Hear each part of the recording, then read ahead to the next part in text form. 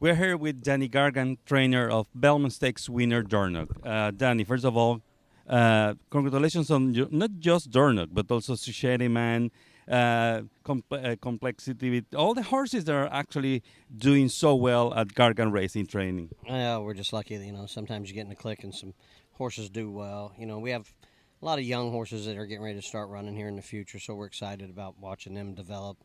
And hopefully we find another good horse. Society Man ran really big in the Matt win. We're real proud of him. Probably going to run in the West Virginia Derby. And, Dornoch's back here in the Haskell after winning the Belmont. And I couldn't be more proud of him. Finally won the race that we've been looking for him to win. He's a big, impressive, beautiful animal, and we're just so proud of him for winning the race. Triple Crown race is something special. The Belmont at Saratoga, it's a special day of racing for that, to be hosted at Saratoga. An electrifying crowd. Saratoga has some of the best crowds and best people to be around, so we couldn't be more happy to be able to win that race at Saratoga. I know that the final goal next to this one, it will be the Travers Stakes. And I know that there was some hesitation between the Haskell and the G1 Dandy because of the post position one.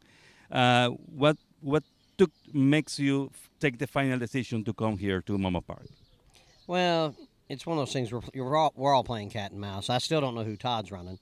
He was running 2, then he's running 3. So, I was just trying to figure out who, play a little cat and mouse, see if he shows up with who he shows up with. I'm sure Mindframe will be here in Tuscan Sky. I don't know if Fierceness is running, but we'll find out today who ships over. But it's going to be a fun race here.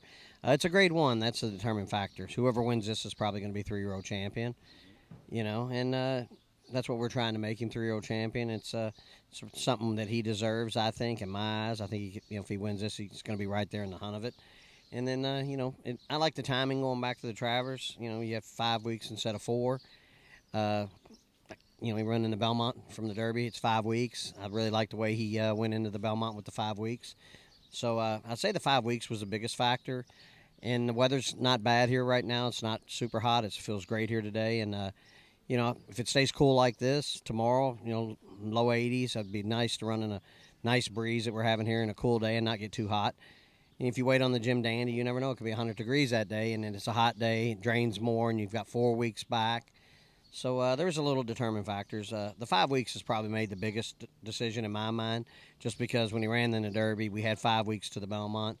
And, I waited 3 weeks to work him, and I think that played a big edge for him putting weight back on, filling out. And I was real pleased with how he did with the 5 weeks. So that's probably why I made the decision more than anything, because he'll come out of this.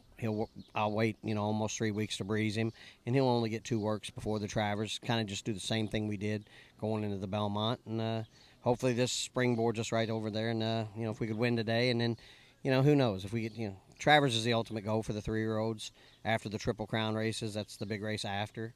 It's the Summer Derby, they call it, but the Triple Crown races are what you're really trying to get one of those. The Classics make the sires, and so we've got one of those, and if we could get one of these other ones, it'd be really special.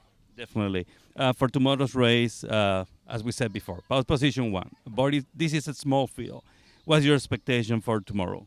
Well, I do like the fact, you go back and you watch the races in the past, they always leave the one stall open. So it gives, if you break, it gives you a little room inside. You're not up against the rail. So I watched a few of them, and, as long as they keep doing what they've done the last several years, and there's no one in the very first stall, it's like breaking from the 2-hole, which he's broken one from the 2-hole several times.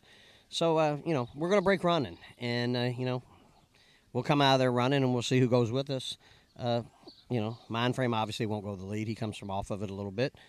Tuscan Sky comes from a little bit off of it. He could be up there with us, but, we'll have to see what happens there. And, a few of the local horses maybe have some speed, but we want somebody there with us. We don't want to be left by ourselves. Mm-hmm. So as long as, we get to go around there and nothing crazy, we get a half and 46 and 4 or 47, he'll run big.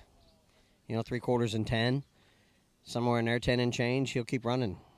Definitely. Well, we wish you all the best, and why not to meet you tomorrow at the winner's circle for the Haskell Stakes with Dornoch. Thank you so much.